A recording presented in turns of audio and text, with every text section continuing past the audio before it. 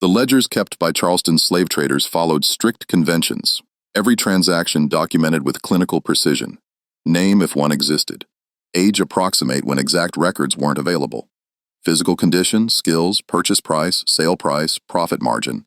But in the winter records of 1,847, one entry violates every standard practice the trading houses had established over decades of operation. A woman identified only by a lot number, no name recorded, sold and resold 17 times across 4 years. Each sale separated by days, sometimes hours. Each buyer a man of substantial wealth and reputation.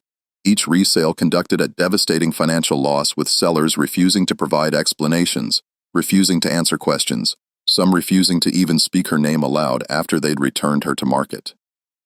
3 of these men, planters who'd built fortunes on rice and cotton, abandoned estates worth tens of thousands of dollars within months of purchasing her, just walked away from generational wealth. 2 others died under circumstances. Their families spent considerable money to keep from public discussion. And in 1851, the auction house that had processed most of these transactions took the extraordinary step of destroying all documentation related to this woman, claiming water damage in a year when Charleston's weather records show no significant rainfall, no floods, no storms that could have justified such destruction. The paper trail was deliberately erased, but people remembered. Whispered conversations in counting houses, coded warnings passed between plantation owners, a name that appeared in private correspondence but never in official records, and a question that haunted Charleston's commercial district for years afterward.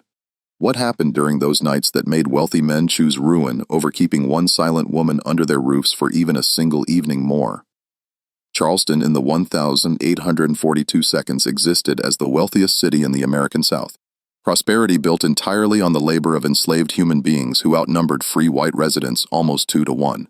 The city's elite families, names that appeared on bank charters and shipping manifests and deeds to thousands of acres, competed not just in land ownership, but in visible demonstrations of refinement. The quality of one's house servants reflected directly on social standing. Women who could perform delicate work, who moved through rooms without drawing attention, who understood complex instructions without needing repeated explanation. These commanded premium prices at the auction houses lining Chalmers Street. The rice plantations surrounding Charleston formed their own isolated world, accessible primarily by river through miles of reclaimed swamp.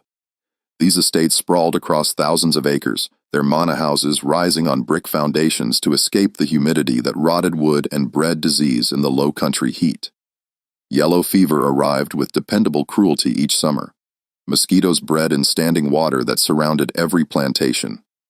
The social structure depended entirely on maintaining rigid hierarchies, and any disruption to established order sent waves of anxiety through communities that lived in constant, unspoken terror of the people they held in bondage. Into this world, in March of 1847, came a woman whose origins remained suspiciously vague.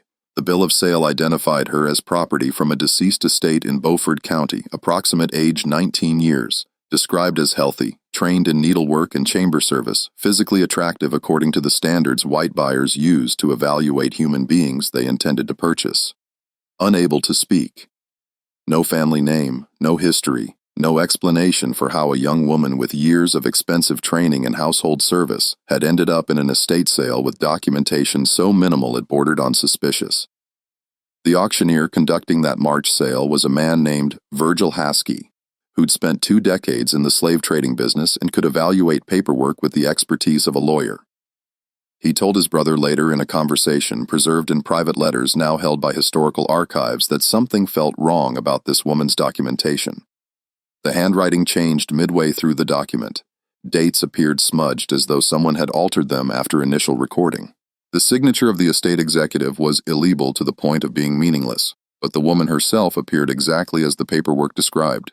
Young, well-formed, with a bearing that suggested careful training. She stood on the auction platform without visible expression, while Haskett called for bids, her eyes fixed on some point in the distance that no one else could see. Richard Garr made the winning offer, $1,240, a sum that raised eyebrows even among Charleston's wealthiest buyers.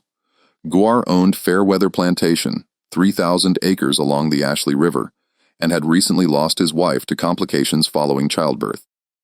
He had 2 young daughters who needed care, and he'd specifically requested a woman who wouldn't gossip or carry tales between the manor house and the slave quarters. A woman who couldn't speak seemed ideal for his purposes. She rode to Fairweather in the back of Guiar's wagon, her belongings contained in a single cloth bundle. She was given a small room off the main kitchen, assigned a pallet and blankets, and told her duties would include mending, light cleaning, and attending to Guar's motherless daughters. The plantation's other enslaved people, 43 souls working the rice fields and maintaining the household, were instructed to help her adjust to her new situation. But something became immediately apparent to those who shared living space with her. The woman never slept, or rather, she appeared to sleep, lying motionless on her pallet with eyes closed. But anyone passing her room at night could tell she remained awake. Her breathing never deepened into the rhythms of genuine rest. Her body never relaxed, and occasionally in the hours well past midnight, people with rooms nearby reported hearing a sound. Not words, not quite music, just a low, sustained tone that seemed to vibrate in the chest that you felt as much as heard. On her third night at Fairweather, Guar's oldest daughter, Catherine, woke to find the woman standing beside her bed. The girl later described what happened to her aunt, testimony preserved in family letters with a clarity suggesting genuine terror rather than childhood imagination. The woman stood perfectly still in the darkness, close enough that Catherine could feel breath on her face. When Catherine screamed, the woman didn't move, didn't startle, didn't react in any way. She simply remained standing there until Guar burst into the room carrying a candle, demanding to know what was happening. Guar dismissed it as confusion. The woman was new to the household. Perhaps she'd mistaken which room she was meant to be in. But the following night, he woke to find her standing at the foot of his own bed. The house was locked, every door secured. She had no logical reason to be in the family's private quarters.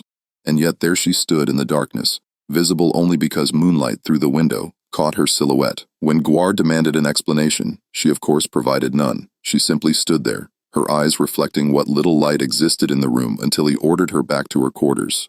The next morning, Guar rode to Charleston and returned the woman to Ryan's Mart. He refused to discuss specifics, stating only that she was unsuitable for his household needs. He accepted a loss of $300 on the resale rather than keep her for another night under his roof. The second buyer was a widower named Thomas Porche, who owned a smaller plantation near Goose Creek. Porche had a reputation for harsh discipline and believed Guar had simply been too soft in his management. He paid $950 and brought the woman to his property with explicit instructions to his overseer. She was to remain in the slave quarters, perform field labor, and under no circumstances enter the main house. This arrangement lasted exactly 4 days. On the fifth morning, Porche's cook, a woman named Diner who'd served his family for 20 years, found her master sitting in his study. He was awake but completely unresponsive, his eyes fixed on the window, his face carrying an expression, Danina later told the parish priest, looked like a man who'd seen his own death approaching. When she finally managed to rouse him, Porcher's first words were simple and direct, "Get her off my land." The woman had never entered the house. She'd remained in the quarters exactly as instructed, but Porch insisted she leave immediately. He wouldn't explain what had happened. He refused to discuss it with his overseer, his neighbors, or the slave traders. He simply wanted her gone, and he wanted it accomplished that same day. Back to Charleston, she went for the third sale. Now the pattern began attracting serious attention among the trading community. Virgil Hasuet noted in his ledger, a detail preserved because this particular ledger survived a fire that destroyed most of his records, that rumors were circulating regarding Lot 47. The price dropped to $720. The buyer was a plantation owner from Edisto Island named Marcus Brevard, a man known throughout the Low Country for his rational temperament and his obsessive record-keeping. Brevard documented everything about his properties, weather patterns, crop yields, the health and behavior of every person he enslaved, maintenance schedules, profit margins. He kept journals with the precision of a scientist conducting experiments, and Brevard kept the woman for 9 days, longer than either previous owner. His journal entries from this period were later obtained by his great-granddaughter, who donated them to a university archive in the 1920s, where they remained unexamined until a graduate student discovered them in 1963. The entries are disturbing in their clinical detachment, a man trying to observe and document something he cannot fully understand. Day 1, he wrote, "The woman appears competent at assigned tasks. She completes work without requiring instruction. However, she maintains unsettling eye contact when observed. Most enslaved people lower their eyes in the presence of whites. This woman does not." Day 3. She has not spoken, which is expected given her condition, but I observe her lips moving when she believes herself unobserved. No sound emerges. I cannot determine what she attempts to communicate or to whom. Day 5. I woke at 3 o'clock in the morning to find my bedroom door standing open. I distinctly remember securing it before retiring. The woman was discovered in the hallway directly outside. She offered no explanation for her presence, though, of course, she cannot speak. I have ordered she be confined to the quarters after dark with the door locked from outside. Day 7. Confinement has proven impossible to maintain. She was found this morning standing outside my bedroom window. We are on the second floor of the house. There is no ladder, no trellis, no logical means of ascent. My overseer suggests she climbed the downspout, but I personally examined it this afternoon. The pipe would not support the weight of a grown woman. Yet somehow she was there, standing at a second-floor window, looking in at me while I slept. Day 9. I cannot continue this arrangement. Something is profoundly wrong, though I cannot articulate precisely what. She has done nothing overtly threatening. She performs assigned work adequately. She has not harmed anyone or damaged property. Yet I find myself unable to sleep, unable to think with clarity. My hands shake. I see her face when I close my eyes. I will return her to Charleston tomorrow and accept whatever financial loss this decision entails. The journal includes one final entry about the woman written 3 weeks after her departure. I learned today that Thomas Portier has died. The official cause was listed as heart failure. His family found him in his study sitting in his chair with an expression that disturbed even the undertaker who prepared the body. I think of the woman constantly. I wonder how many more men will purchase her before they understand what I now know. That some forms of knowledge cannot be unlearned, that some kinds of seeing cannot be unseen. The slave trading community in Charleston was relatively small, perhaps 24 men who controlled the major auction houses and private sales. Information spread quickly among them. By the time of the 4th sale in late summer of 1847, every trader in the city knew about Lot 47. Some refused to handle her sale entirely. Others saw opportunity in the situation. The price continued to drop $580, then $450, then $330, less than a quarter of Guar's original investment. The buyers changed as well. No longer wealthy planters seeking household servants, but speculators looking for bargains, men who thought they could break whatever behavior pattern she exhibited through harsher treatment, or desperate owners seeking cheap labor for dangerous work that other enslaved people refused to perform. A lumber mill operator bought her for $330 and put her to work feeding logs into cutting machines. She performed the work adequately during daylight hours, showing no sign of the difficulties previous owners had reported. But on the 3rd night of her employment, a fire started in the mill's main building. The operator accused her of arson, though no evidence supported this accusation. She'd been locked in the workers' quarters all night with multiple witnesses who confirmed she never left. Yet the operator insisted she was somehow responsible for the fire. He sold her within the week, refusing to keep her on his property any longer. A rice plantation owner near Georgetown purchased her for $280, intending to use her in the fields where her inability to speak wouldn't matter. He kept her for 12 days. His overseer's report, preserved in plantation records, notes that she worked efficiently without complaint, but other enslaved workers refused to sleep near her. They claimed something wasn't right about her, that she watched people while they slept, that the air felt heavy and oppressive when she was present in a room. On the 13th day, the plantation owner's son, a boy of 14, went missing. The entire plantation searched for 3 days, checking every building, every field, dragging sections of the swamp. They found the boy alive but severely dehydrated, insisting he'd followed the woman into the marsh because she'd been calling him somehow. When asked to explain what he meant by calling when she made no sound, the boy couldn't articulate it clearly. He simply said he knew he had to follow her, that she was communicating something urgent even though she never spoke, never made any gesture he could describe. The plantation owner returned her to market immediately, not even bothering to collect the full amount he'd paid. He told the auction house to keep the difference if they'd simply take her off his hands. 17 sales across 4 years, each buyer paying less than the last, each keeping her for shorter periods. The documentation became increasingly irregular as time went on. Some sales weren't properly recorded at all. Names were omitted from standard forms. Dates were estimated rather than precisely noted. It was as if the entire trading community wanted to erase any evidence she'd ever existed while simultaneously being unable to forget her. Stories spread beyond the auction houses and commercial offices. In the taverns along East Bay Street, plantation owners shared rumors over whiskey. the woman who made men abandon their homes, the silent one who drove strong men to terror. Some claimed she was cursed, that she'd been hexed by someone who practiced African spiritual traditions.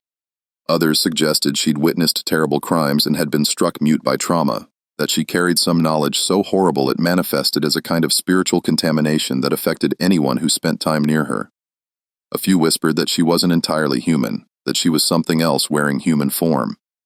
Haskett, the original auctioneer, became obsessed with understanding what was actually happening. He began tracking down previous buyers, conducting quiet interviews, piecing together a chronology of events. His notes found among his personal effects after his death in 1856 suggest he developed a theory. He believed the woman possessed some ability to sense men's hidden crimes, their secret shames, the acts they'd committed that poisoned their sleep and corrupted their peace.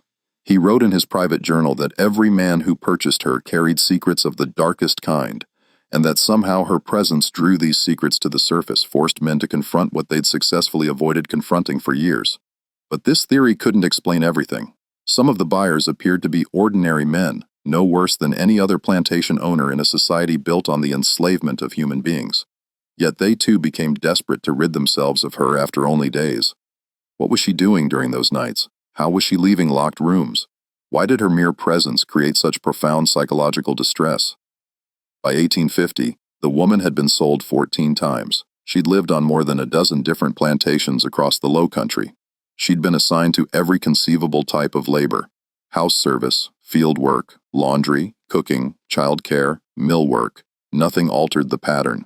Purchase. Brief period of apparent normalcy. Rapidly escalating unease. Desperate resale at financial loss. The 15th buyer was different from those who'd come before. His name was Nathaniel Harrington, and he owned a medium-sized plantation near Jacksonboro. Harrington had a reputation as a relatively fair master by the standards of that time and place. He didn't separate families when he sold people. He allowed enslaved workers small garden plots for their own use. He rarely employed the whip. He was also a meticulous record keeper and an amateur naturalist who corresponded with scholars about soil composition, bird migration patterns, and weather phenomena. Harrington approached the purchase scientifically. He'd heard all the stories circulating about Lot 47, and he didn't believe in curses or supernatural explanations for observable events. He theorized that the woman suffered from some form of mental affliction that manifested in disturbing nocturnal behavior, perhaps a type of sleepwalking or seizures that occurred primarily at night and created unsettling effects that superstitious men interpreted as something sinister. He believed that with careful observation and proper documentation, he could identify the actual problem and either correct it or at least manage it well enough to make productive use of her labor. He paid $180, a price so low it suggested no other buyers were willing to make offers, and brought her to his plantation in November of 1850. He assigned her to household work, gave her a private room, and instructed his wife Margaret to treat her with basic kindness while observing everything she did. Harrington himself kept detailed daily journals about her presence on his property. The journals from the first week are almost mundane in their observations. The woman performed household tasks competently. She understood instructions communicated through gestures and demonstrations. She ate normal portions at mealtimes. She showed no obvious signs of distress or unusual behavior during daylight hours. Margaret Harrington reported that the woman was actually pleasant company in a strange way, that her silence felt restful rather than unsettling, that she worked efficiently without requiring supervision. But Harrington's nighttime entries tell a completely different story. Night 1, he wrote, "I woke at 2 o'clock in the morning to the sound of humming, a very low frequency, almost below the threshold of normal hearing, more like a vibration than an actual sound. I traced it to the woman's room. She appeared to be asleep on her pallet, but the sound was clearly emanating from her body. I observed for several minutes. Her lips were not moving. The sound seemed to come from somewhere deeper in her chest or throat. When I touched her shoulder to wake her, the sound stopped instantly. She opened her eyes but showed no surprise at my presence, simply looked at me with complete calm. I returned to my own bed but found sleep impossible for the remainder of the night." Night 3. Margaret woke me at midnight genuinely terrified. She said someone was in our bedroom. I lit a candle and found the woman standing near our wardrobe, just standing there in the darkness, not moving, not doing anything except existing in a space she had no reason to be. When I asked what she was doing, she of course could not answer. I led her back to her room by candlelight, and this time I locked her door from the outside. In the morning, the lock was still secure. Yet I found her in the kitchen before dawn preparing breakfast as though nothing unusual had occurred. Night 5. I cannot explain how she escapes from a locked room. I have personally examined the door, the windows, every floorboard. There is no secret passage, no loose boards, no possible exit except through the door I myself secured with a lock I personally tested. Yet she appears wherever she chooses during the night. Tonight I found her standing in my study. She was positioned in front of my bookshelf, her hand resting on one specific journal, my private journal from 1843. The year I made certain decisions regarding the sale of a family. I never recorded those decisions in writing anywhere. No one knows about them except the men directly involved, and most of them are dead now. How could she possibly know to touch that specific journal? Night 7. I am beginning to understand what the previous owners experienced. It is not that she does anything overtly threatening. She never speaks, obviously. She never acts with violence. She never even appears angry or agitated, but her presence at night creates a sensation I can only describe as exposure, as if she can see through walls, through time, through the careful lies we construct about who we are and what we have done. I find myself thinking about things I have not consciously considered in years, decisions I made that seemed necessary at the time, things I witnessed and did nothing to prevent, compromises I accepted as simply the way business was conducted. Her silence feels accusatory, though she makes no accusations. Her stillness feels like judgment, though she exhibits no obvious judgment. Night 10. Margaret begged me today to sell the woman, not because she has done anything harmful to Margaret specifically. During daylight hours, she has been nothing but helpful and competent. But Margaret can no longer sleep properly. None of us can. The house feels wrong at night, heavy, oppressive. I wake constantly with absolute certainty that someone is watching me. Sometimes when I light a candle, she is there. Sometimes she is not. The uncertainty has become worse than her actual presence. Night 12. I must maintain rational perspective about this situation. I am an educated man. I studied at the College of Charleston. I correspond with scientists. I do not believe in hauntings or curses or supernatural phenomena that violate natural law. Yet I cannot explain what is occurring in purely material terms. How does she leave locked rooms? Why does her presence create such consistent psychological distress across multiple intelligent, rational men? Why does every person who purchases her become obsessed with examining their own past actions? I spoke yesterday with Samuel Thornton, one of the previous owners who sold her after less than a week. He admitted something he has never told anyone else. During the days he kept her on his property, he became convinced she knew about his first wife's death. The official story was fever, which is common enough in the Low Country. But Thornton's physician had prescribed laudanum for the wife's nervous condition, and Thornton had increased the dosage substantially without consulting the doctor. The wife died of respiratory failure. Thornton was never questioned because physician-prescribed laudanum deaths are tragically common. But Thornton said that when the mute woman looked at him, he felt absolute certainty that she knew that she was waiting for him to confess that her silence was more accusatory than any spoken words could possibly be. Night 14. Last night I dreamed about the family I sold in 1843. A mother and 3 children, a buyer from Alabama offered premium price for the children alone. Young, healthy, likely to provide decades of productive labor. But he did not want the mother, who was approaching 40 and had chronic health issues that reduced her value. I could have refused the sale. I could have kept the family together. Instead, I separated them because the profit margin was substantial. The mother begged me, offered me anything, said she would work without complaint until she died if I would simply not take her children. I refused because business is business and sentiment cannot govern commercial decisions. I have not thought about this transaction in 7 years. I convinced myself long ago that it was simply economics, just the natural function of the market, just the way our society operates. But last night I dreamed of that mother's face, the exact expression she wore when the buyer's men took her children. And when I woke, the woman was standing at the foot of my bed. Her expression had not changed from the calm neutrality she always maintains. She was not accusing me. She was not doing anything except standing there in the darkness. But I felt something break inside my chest. I felt genuine anguish for the first time since 1843, as if her presence was forcing me to actually feel what I had successfully avoided feeling. I wept. God help me. I wept like a child while she stood there watching me with those calm, unchanging eyes that seemed to see everything I had ever done, and everything I had ever been. Night 15. I took her back to Charleston today. I could not keep her another night in my house, but I did not return her to the slave traders. Instead, I went to the church. I spoke with Father Ali at St. Michael's. I told him everything about this woman, about the pattern of sales, about my own experiences. I confessed things I have never told another living soul. Father Ali listened without interruption. When I finished, he said something I cannot stop thinking about. Perhaps God has sent you a mirror. Perhaps she reflects back what you carry inside. The question is whether you are brave enough to look at what you see. Harrington's journal ends there regarding the woman.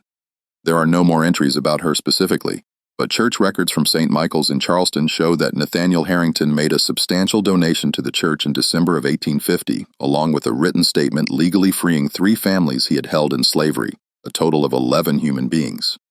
He also made provisions in his will to free the remainder of his enslaved population upon his death, which occurred in 1859.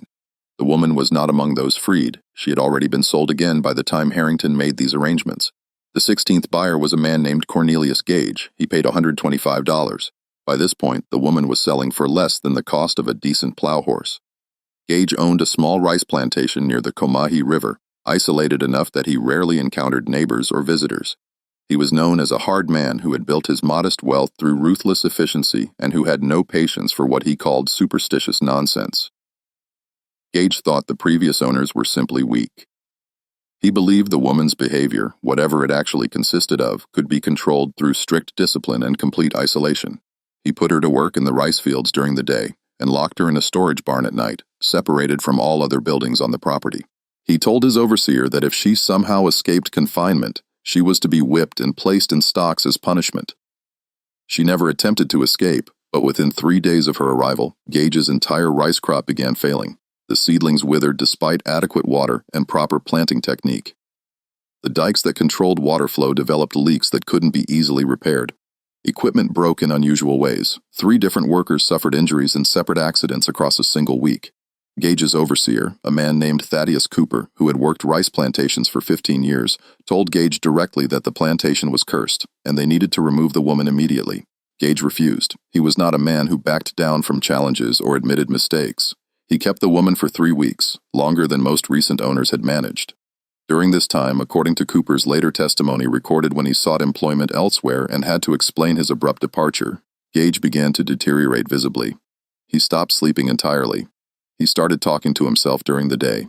He would stand in his fields at night, staring at the barn where the woman was locked, as if expecting something to emerge from it. On the 21st night, Gage went to the barn himself. Cooper watched from a distance, concerned about his employer's increasingly unstable state of mind. Gage unlocked the barn door, entered, and remained inside for what Cooper estimated was close to 2 hours. When Gage finally emerged, he was fundamentally changed. Cooper described him as broken, like a man who had been forced to watch his own soul laid completely bare. The next morning, Gage freed every person he held enslaved, all 47 of them. He gave them manumission papers, supplies, and what money he could spare from his accounts. He told Cooper the plantation was finished and that Cooper should find other employment as quickly as possible. Then Gage personally took the woman to Charleston, but this time he did not take her to the slave traders. He took her to the port to a ship captain named William Drexel, who regularly sailed to the Caribbean islands. What Gage paid Drexel, or what agreement they reached, was never officially recorded. But the woman left Charleston on Drexel's ship, the Meridian, bound for Nassau in the Bahamas. This should have been the end of her story as far as Charleston was concerned, but it was not. 6 weeks later, Drexel returned to Charleston. He arrived at night, which was unusual for a captain of his experience. He went directly to Virgil Haskett's home and demanded to see him immediately despite the late hour. Haskett's wife later told her sister in a letter that survived in family papers that Drexel looked like a man pursued by death itself. What Drexel told Hask that night became the subject of whispered conversations throughout the trading community. The accounts vary in specific details, but the core story remains remarkably consistent across multiple sources. Drexel claimed that during the voyage to Nassau, the woman had remained in the ship's hold as cargo. She had been quiet, caused no disruptions, given the crew no reason for complaint. But at night, the sailors began experiencing nightmares, Vivid, terrible nightmares about their worst actions, their deepest shames, the things they had done that they normally succeeded in not thinking about. Drexel said his first mate, a man named Harrison, who had served with him for 8 years, woke screaming about a child he had abandoned in Liverpool 20 years earlier. Another sailor confessed to murder he had committed in Boston and escaped prosecution for. A third admitted to deserting from the British Navy, a crime punishable by death if he were ever caught. Drexel himself began dreaming about a fire. Years ago, he had owned a share in a warehouse in Philadelphia. The warehouse had burned, killing 3 night watchmen who were trapped inside. The official investigation ruled it an accidental fire, cause unknown. But Drexel knew the truth. The fire had been set deliberately by his business partner to collect insurance money on goods that were actually worthless. Drexel had known about the plan in advance and had said nothing because he profited substantially from the insurance settlement. 3 men burned to death, and he had taken money stained with their deaths and used it to purchase his ship. In his dreams, he saw those men burning. Night after night, he watched them die, and he said he would wake to find the woman standing at the entrance to the hold, just watching him. Never speaking, never moving, just watching with those unchanging eyes that seemed to see everything he had ever done and everything he had ever failed to do. When they reached Nassau, Drexel paid a local plantation owner to take the woman off his hands. He left port immediately, not waiting for his scheduled cargo pickup, not following any of his normal commercial procedures. On the voyage back to Charleston, the nightmares stopped. The crew's mood lifted. But Drexel said he could not shake the feeling that something fundamental had changed inside him, that the woman had somehow forced him to see himself with complete clarity for the first time in his life, and he could never return to comfortable ignorance. Drexel made one more voyage after returning to Charleston. Then he sold his ship and retired from sailing at age 43, far younger than most captains. He spent his remaining years, he died in 1868, working with freed people's aid societies and speaking publicly against the slave trade he had once profited from so handsomely. Haskett documented all of this in his private notes, trying to understand what was actually happening. He also noted that he received one final communication about the woman in early 1851, a brief letter from Nassau from the plantation owner who had purchased her from Drexel. The letter contained only a few sentences. Returning your property on next available ship to Charleston. Cannot keep her on my land. Will accept no payment for her return. Destroy all records of this transaction. The woman arrived back in Charleston in March of 1851, exactly 4 years after her first recorded sale in that city. She had traveled across the Low Country, been sold 17 times, driven men to confession and ruin, crossed the ocean, and returned. And she looked exactly the same, unchanged, unbroken, silent, has refused to sell her again. He could not. He told his brother he would rather burn his auction house to the ground than be responsible for one more sale of this particular woman. But he also could not legally free her. He did not own her, and the various bills of sale had created such a confused chain of title that it was genuinely unclear who held legal ownership. So Hask did something that went against every instinct he had developed in 20 years of trading human beings as commodities. He housed her in a small room behind his auction house office. He gave her a bed, regular meals, basic clothing. He told his clerks she was not to be disturbed or discussed with clients. He paid her a small wage from his own pocket for light cleaning work around the office. And he began what would become a 6-month investigation into her actual origins. If you are fascinated by the darkest corners of history that institutions tried to bury, hit that subscribe button and turn on notifications for the sealed room. We uncover the stories that make us question everything we thought we knew about the past. Tell us in the comments what you think is actually happening to these men. Is it guilt? Is it something else? Because what comes next will change everything you have assumed about this woman's story. The decision to investigate was not made from compassion, at least not initially. Has terrified of what might happen if he tried to sell her again, but more than fear, he had become consumed by a mystery that violated everything he understood about human behavior and commercial transactions. How could one woman create such consistent psychological devastation across so many different men? What was she actually doing during those nights? Or perhaps more importantly, what had been done to her that created this effect? He started with the original bill of sale from March 1847. The document identified her as property from a deceased estate in Bowart County. But when Hasker traveled there in late April of 1851, the courthouse clear could find no record of any such estate sale. No probate filings matched the date. No administrator's report listed an enslaved woman matching her description. The records simply did not exist.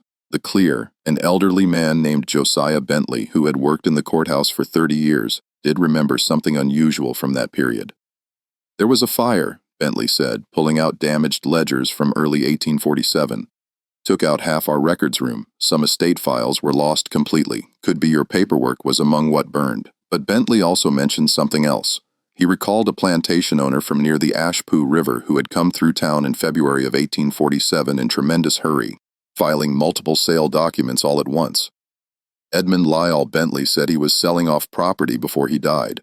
Unusual thing was he did not appear sick, seemed healthy enough, but he acted like a man settling his final affairs. Died 2 months later anyway. Heart gave out. They said Hask requested access to what remained of Lyle's estate records. Most had been claimed by his son Gerald, but the courthouse retained copies of major transactions. Among them, the sale of 11 enslaved people in February 1847, all sold to different buyers across the Low Country. No names were recorded consistent with common practice, just ages, genders, and brief physical descriptions. But one entry caught Haskey's attention immediately. Female, approximately 27 years of age, mute, trained in household service, sold to J. Merchant, Charleston trader.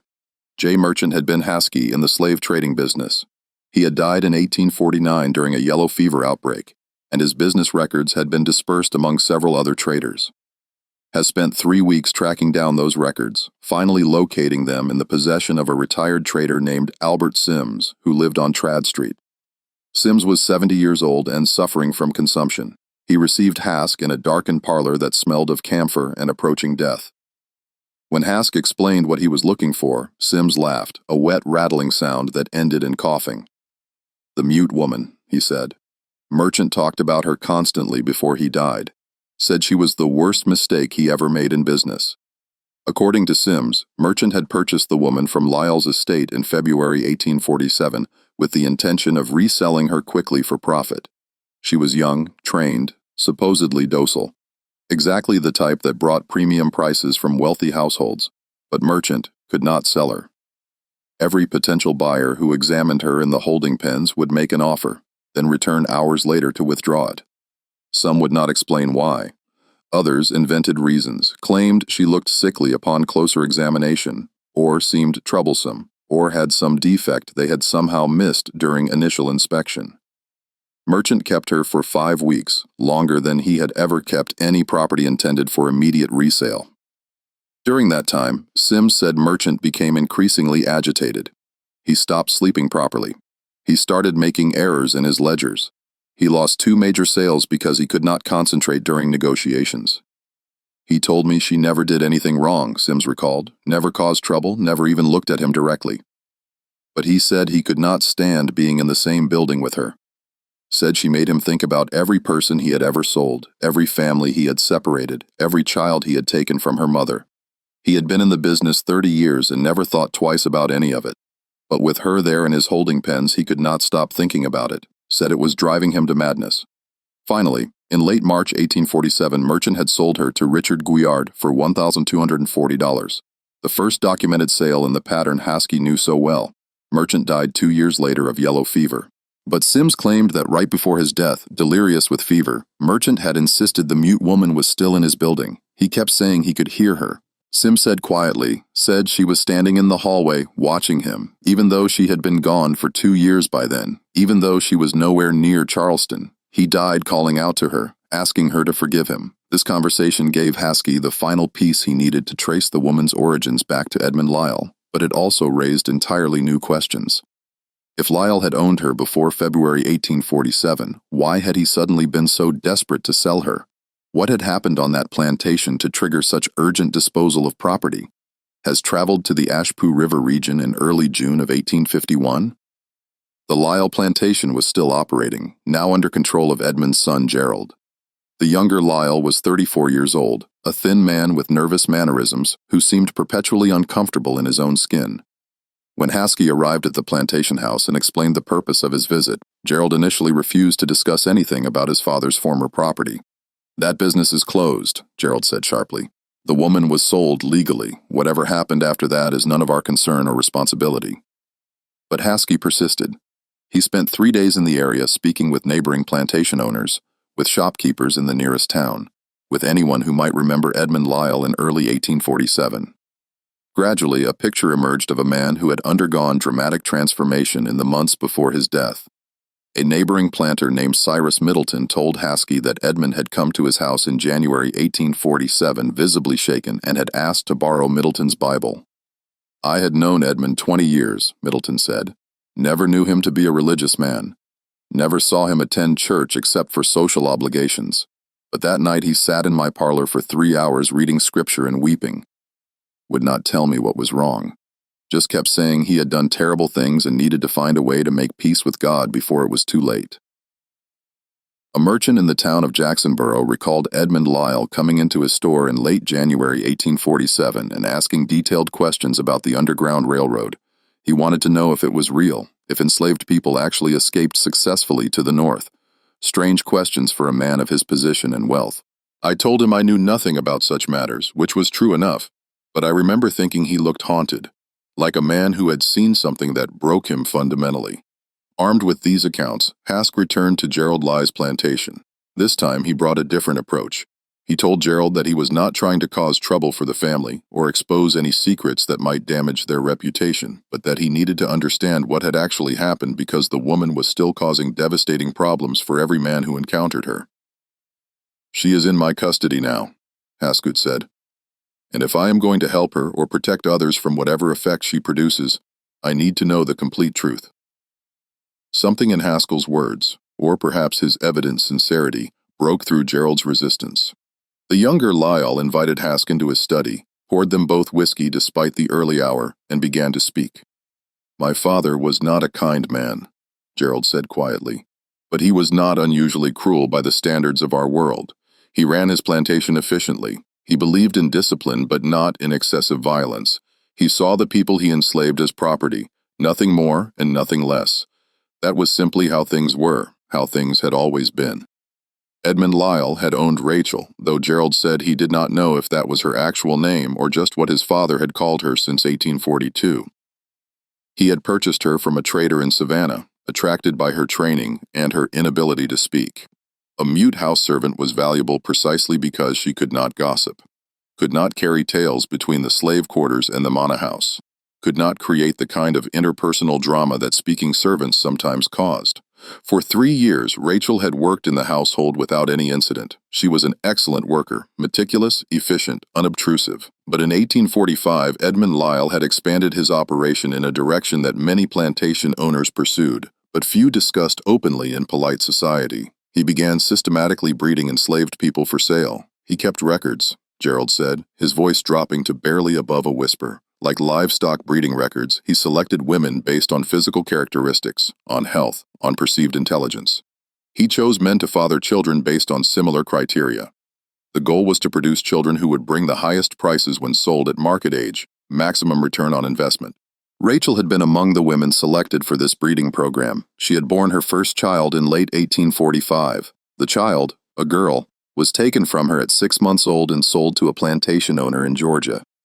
Rachel had reportedly shown no emotion during the sale transaction, though the enslaved woman who had assisted with the birth later told Gerald that Rachel had made that humming sound continuously for 3 days after the child was taken, that low vibration that seemed to come from deep in her chest. The second child, a boy, was born in early 1847. He was taken at 4 months old and sold to a buyer whose name Gerald claimed not to remember, though Haskett suspected the younger Lyle simply did not want to reveal it. Again, Rachel showed no outward emotion that anyone could identify, but the humming returned, lasting nearly a week this time. The third pregnancy had complications. Rachel went into labor early in late January of 1847. The child, another boy, lived for only 6 hours before dying. Edmund Lyle became convinced that Rachel had somehow killed the child deliberately, Gerald said. He thought she had willed it to die rather than let him take another baby from her. Whether this belief had any basis in medical reality was impossible to determine. Infant mortality was tragically common, especially among enslaved women who received inadequate nutrition and minimal medical care during pregnancy. But Edmund Lyle was furious. He ordered Rachel whipped 10 lashes per day for 7 consecutive days. punishment that Gerald described as excessive even by the brutal standards of their society. On the seventh day, while receiving the final set of lashes, Rachel did something that changed everything. Gerald's voice shook as he described what happened next. "I was there," he said. "I watched it occur. She had taken 69 lashes without making a single sound, not a cry, not a whimper, nothing. My father stood watching, and I think he was beginning to feel uncomfortable about what he was doing, as if he had gone too far, but did not know how to stop without appearing weak in front of the overseer and other slaves who were forced to witness the punishment. On the 70th lash, she turned her head and looked directly at him, just looked at him with complete calm, and then she opened her mouth and made that sound. Not a scream, not words, just this low tone that seemed to come from somewhere impossibly deep inside her chest. It vibrated in your bones. It made your teeth ache. It felt like it was coming from the earth itself. And while she made that sound, she held my father's gaze without blinking, without flinching, without showing anything except this terrible calm certainty. The overseer delivering the lashes stopped mid-swing. Everyone present stopped moving. It was not a long sound, maybe 5 seconds, but it felt like time stretched and warped. And when she closed her mouth, and that sound ended, my father's face had gone completely white. He turned without saying another word and walked back to the house. From that day forward, Edmund Leal began to deteriorate rapidly. He could not sleep.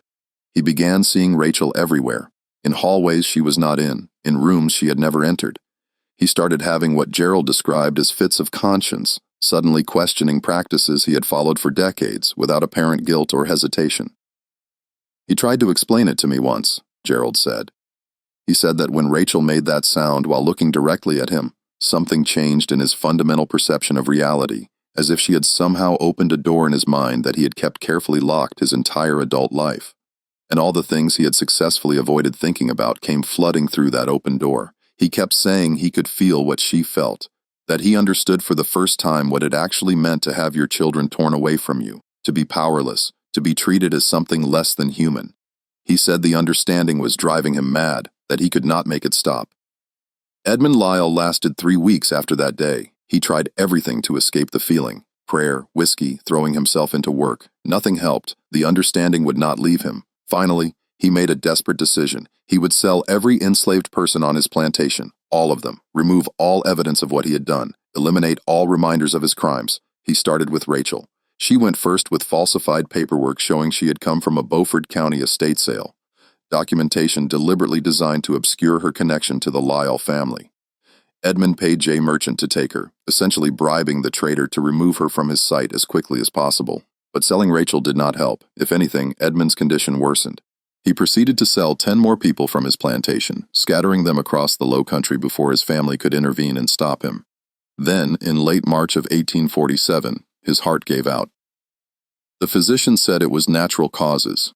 Edmund was 53, overweight, under tremendous stress. But Gerald Lyle believed something different. "My father died of horror," Gerald said flatly. Horror at what he had done. Horror at being forced to truly see it, to feel it for the first time in his life. That woman, Rachel, she did not kill him with any curse or poison or supernatural power. She killed him by making him human again, by forcing him to recognize the humanity of the people he had treated as animals, by making him feel what they felt. Gerald paused, refilling his whiskey glass with hands that shook noticeably. "I wanted her gone after he died because I was terrified the same thing would happen to me. I had witnessed everything my father did. I had helped with the breeding program. I had recorded the sales. I had calculated the profit margins.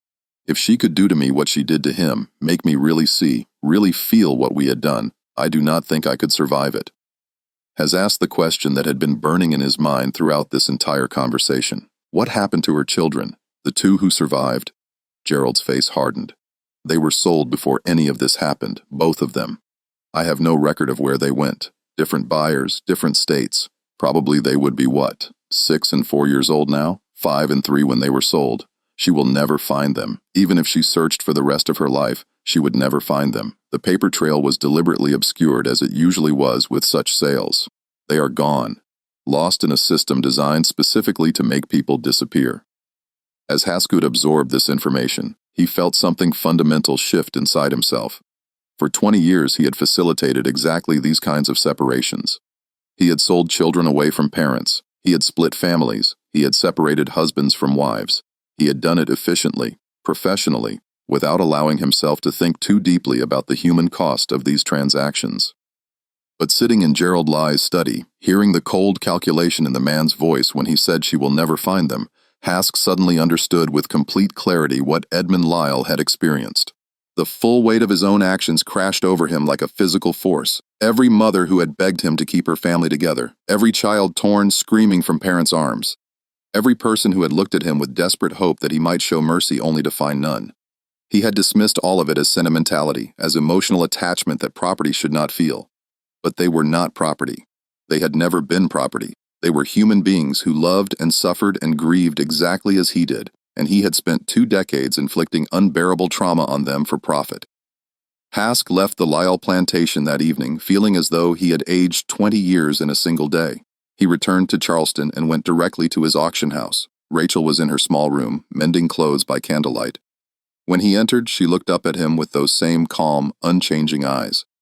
He told her everything he had learned about Edmund Lyle and the breeding program, about her 3 children, about the 2 who had survived and been sold away to unknown locations. He did not know if she understood the specific details. She gave no obvious sign either way, but he felt compelled to speak, to bear witness to what had been done to her, to acknowledge it as real and terrible. When he finished, she set down her mending and looked at him for a long moment. Then she did something she had never done in his presence before. She reached out and touched his hand just briefly, just for a moment. Her hand was rough from decades of forced labor, scarred from old injuries, but the touch was gentle, almost forgiving. Hask broke down and wept. In the weeks that followed, Hask made a series of decisions that would have shocked anyone who had known him during his trading years. He could not legally free Rachel. The tangled chain of title made that impossible without risking court intervention that might result in her being seized and resold to someone far worse. But he could make her effectively unsellable, and he could try to help her find what she was searching for. He hired a clerk, a young man named Samuel Parrish, who had recently arrived in Charleston from Philadelphia and had abolitionist sympathies, to search through sales records from 1845 and 1847. Parrish spent 3 months meticulously combing through ledgers, bills of sale, estate records, and auction house documentation, trying to trace the sales of 2 children who matched the ages and descriptions Gerald Lyle had provided. It was nearly impossible work. Children that young were rarely recorded with much detail. Ages were approximate. Physical descriptions were minimal. Names changed or were omitted entirely. But Parrish was determined, and Haskell paid him well for his efforts. They found 17 possible matches, 11 boys who might have been Rachel's second child, 6 girls who could have been the first. The children had been sold across Georgia, Alabama, and Mississippi. Some had been resold multiple times since their original purchase. 3 had died. Parrish found death records in estate inventories. The others' fates were unknown. Lost in a system designed to make people disappear without trace. Hask presented this information to Rachel in September of 1851. He had compiled it into a document that listed names when they existed, locations, current owners, when that information could be determined. He watched as she read through it slowly, her finger tracing each line with careful attention. When she finished, she looked up at him, and for the first time since he had known her, he saw something in her expression that might have been hope. She wrote a question on a slate he had provided for communication. "Can you help?" Has knew exactly what she was asking. Could he help her find them? Could he help her? A woman with forged freedom papers and no legal right to travel unaccompanied through slave states, reach her children, and perhaps arrange their freedom. The honest answer was no.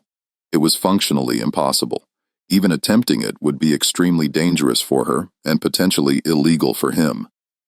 The children's current owners had legal title to them. Rachel had no parental rights under law. She had never had them, and a black woman traveling alone through the Deep South asking questions about enslaved children would attract exactly the kind of attention that could get her killed or re-enslaved. But Haskut looked at this woman who had survived horrors he could not fully imagine, who had been brutalized and broken and somehow transformed into something that made brutal men confront their own cruelty, and he could not refuse her. "I will try," he said. "I cannot promise anything, but I will try." This decision, more than any other, marked Haskell's complete transformation from slave trader to something entirely different. Over the next 4 months, he used his extensive network of contacts across the South to gather more information about the 17 children Parrish had identified, traders he had worked with, plantation owners he had sold to, clerks and auctioneers, and estate managers. He presented himself as conducting routine business, researching potential property for investment, never revealing his true purpose. By January of 1852, he had narrowed the list to 5 strong possibilities: 2 boys and 3 girls who matched the ages, physical descriptions, and sale dates they were searching for. But confirming which, if any, were actually Rachel's children would require something Haskell could not provide: direct contact, personal recognition, some form of confirmation that only Rachel herself could give. The solution came from an unexpected source. Samuel Parrish had connections to Charleston's small but active network of people who helped enslaved individuals escape to freedom. Parrish suggested that this network might be able to help Rachel travel north while also making contact with people who could investigate the children's whereabouts more safely than a black woman traveling alone through slave states. It was extraordinarily risky. If Rachel were caught, she would be re-enslaved immediately. If Haskett's involvement were discovered, he would face serious criminal charges and complete social ruin. But both of them had reached a point where those risks seemed acceptable compared to doing nothing. In February of 1852, 11 months after Rachel had first come into his custody, Hask helped arrange her departure from Charleston.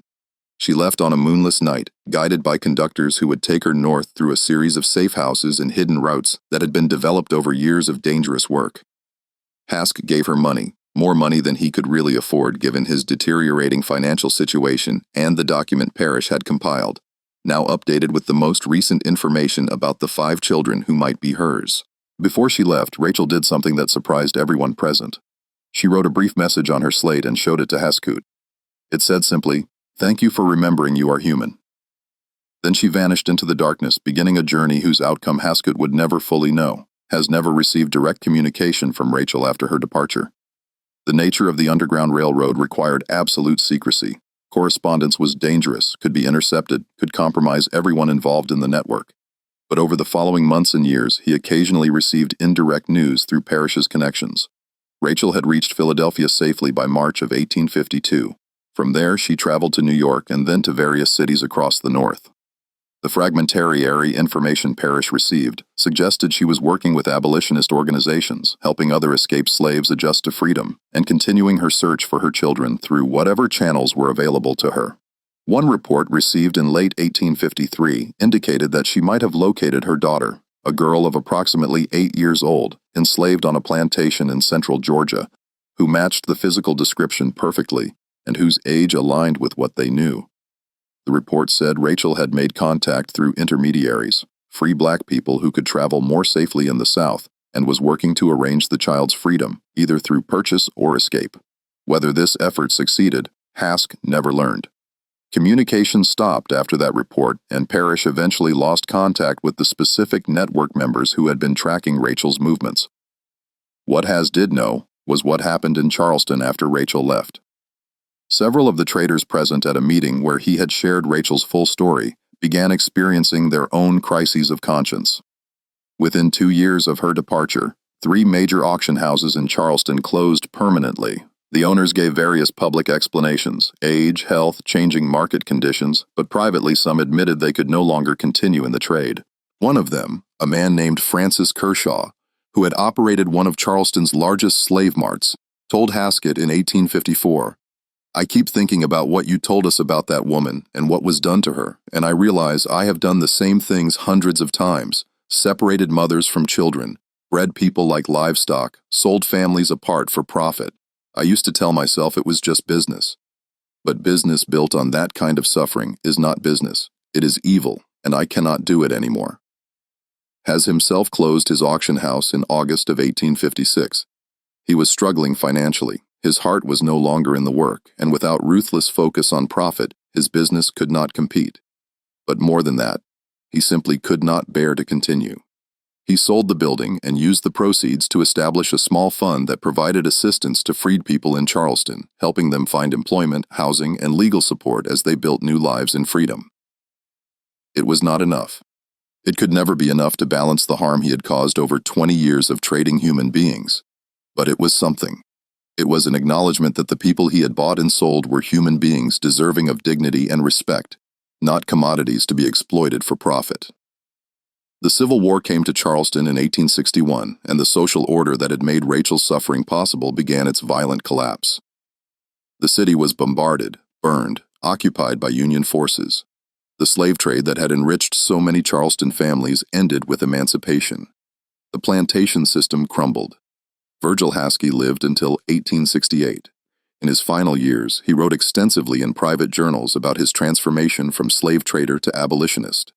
He documented his investigation into Rachel's origins, his growing understanding of the horror he had participated in, and his attempts to make some form of amends. The journals include this entry from December of 1867.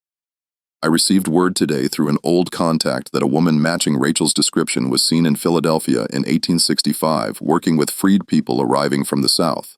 The contact said she appeared healthy and was accompanied by a young woman of approximately 20 years who called her mother.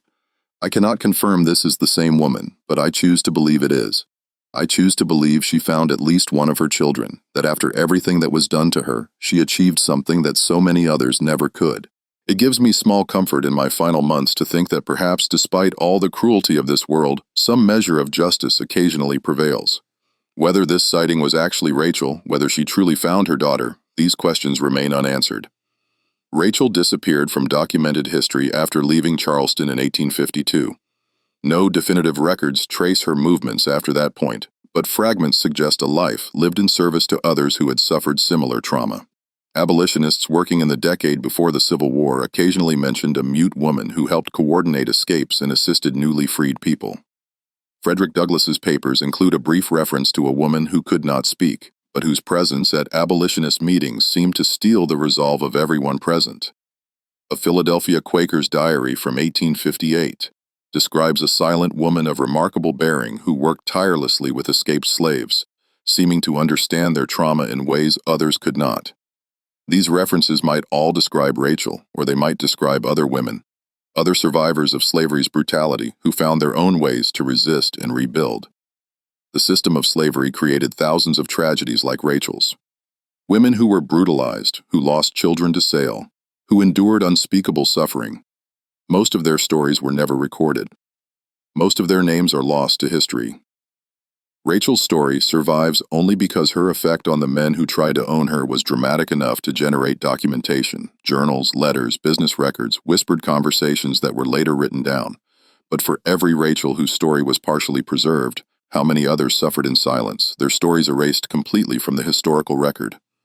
The mystery of the woman no master could keep is not really about supernatural power or curses. It is about something far more disturbing. It is about what happens when systematic cruelty meets human conscience, about the psychological toll of participating in systems built on suffering, about what emerges when someone who has been stripped of everything finds a way to strip away the comfortable lies that allow brutality to continue. Rachel survived by becoming a mirror. She reflected back at men what they had done. She forced them to feel what they had inflicted. She made them see themselves clearly, perhaps for the first time, and most of them could not